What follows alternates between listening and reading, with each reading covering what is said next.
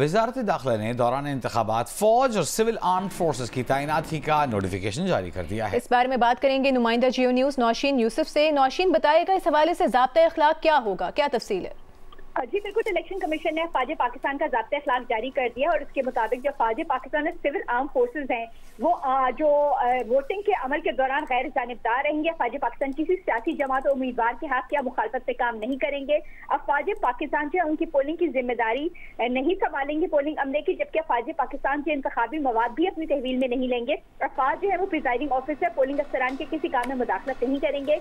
Polling station के बाहर इंतखाबी बेकायदगी के इल्जाम का जवाब अब फौज पाकिस्तान खुद नहीं देंगे, बल्कि मुतलका जो प्रिजाइडिंग ऑफिसर है उसके इल्म में लाएंगे। फौज पाकिस्तान जो है वो सिर्फ इंतहाई हसास पोलिंग स्टेशन के बाहर होंगे।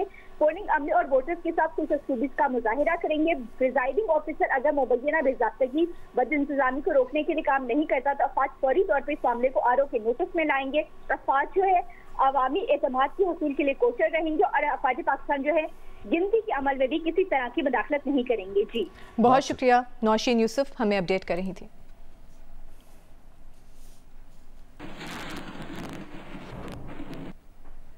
पाकिस्तान में टारगेट किलिंग करने और कराने वाले 2 भारतीय एजेंट पकड़ लिए गए।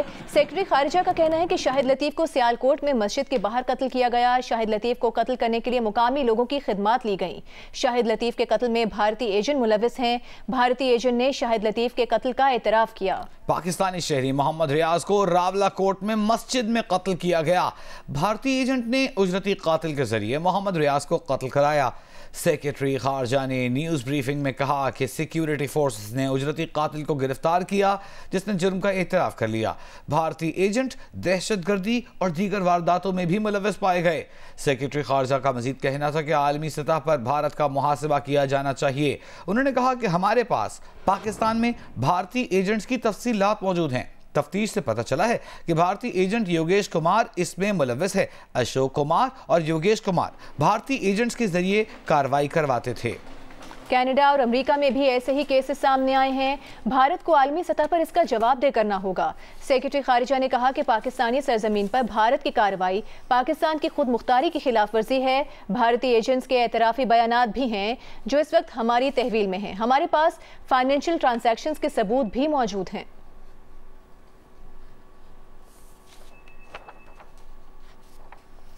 कायम मकाम चेयरमैन PCB शाह खावर ने पाकिस्तान टीम के डायरेक्टर मोहम्मद हफीज से मुलाकात की है।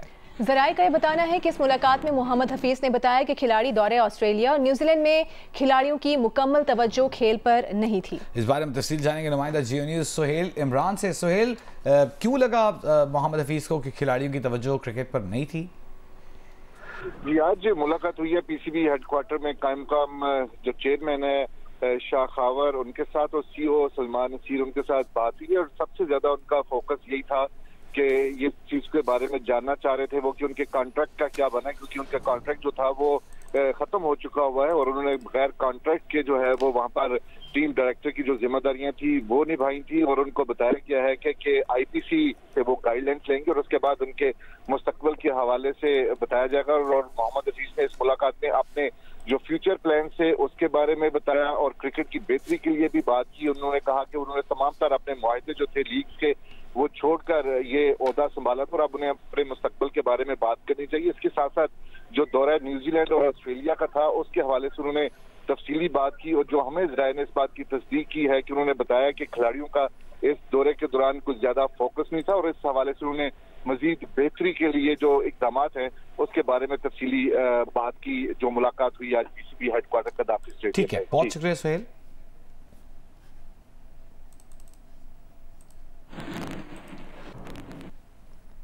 बरतानवी मौरिख और तज्जियाकार विलियम डेल रिम्पल का गजा में सफ़ेद परचम थामे शख्स को इसराइली अफवाज की जानिब से फायरिंग करके कत्ल किए जाने की सख्त मजम्मत।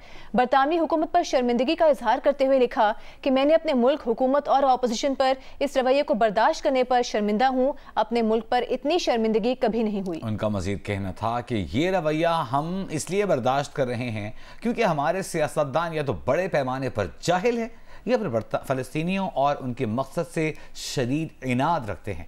उन्होंने बरतानवी वज़ीर आज़म को मुखातिब करते हुए लिखा कि आप शर्म करें। रहनुमा नून लीग एहसन इकबाल ने एक बार फिर बिलावल भुट्टो जरदारी को अपने निशाने पर ले लिया। कहा कि बिलावल भुट्टो नून लीग कायदीन का नाम लेते वक्त अखलाकियात का मुजाहरा करे। एहसन इकबाल ने कहा कि पीपल्स पार्टी के बाद सिंध में 15 साल इख्तिदार रहा, क्या कराची लाहौर बन गया?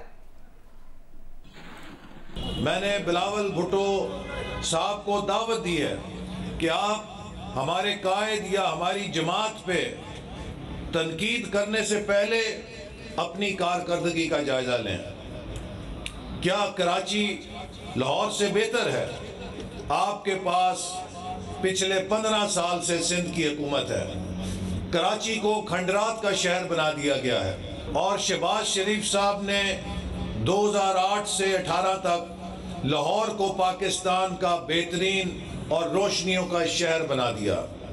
आज कोई लाहौर वाला ये नहीं चाहता कि लाहौर कराची बने, लेकिन कराची का हर शहरी चाहता है कि कराची लाहौर बने।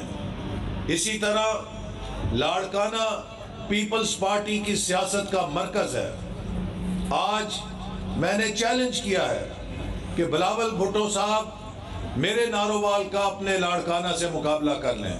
अगर लाड़काना नारोवाल से बेहतर होगा तो मैं सियासत छोड़ दूंगा, और अगर मेरा नारोवाल उनके लाड़काने से बेहतर हो तो उन्हें सियासत छोड़ देनी चाहिए और उन्हें इस तरह के बेबुनियाद और गैर अखलाकी बयान देने से परहेज करना चाहिए। इस्तेहकामी पाकिस्तान पार्टी के उम्मीदवार बराए NS97 हुमायूं अख्तर ने कहा है कि जिस इलाके में गए हैं उसकी शक्ल बदल दी है, अब भी वो गरीब के लिए सियासत करेंगे। इस हल्के के मसाइल की जंग इस्लामाबाद के ऐवानों में लड़ी जाएगी। नौजवान तैयार हो जाएं, उनकी मायूसी दूर होने वाली है। फैसलाबाद की तहसील तानलियावाला में हुमायूं अख्तर खान की इंतखाबी मुहिम जारी है। इस मुहिम के दौरान इलाका के मुअज़्ज़िज़ीन ने हुमायूं अख्तर खान की मुकम्मल हिमायत का इजहार किया।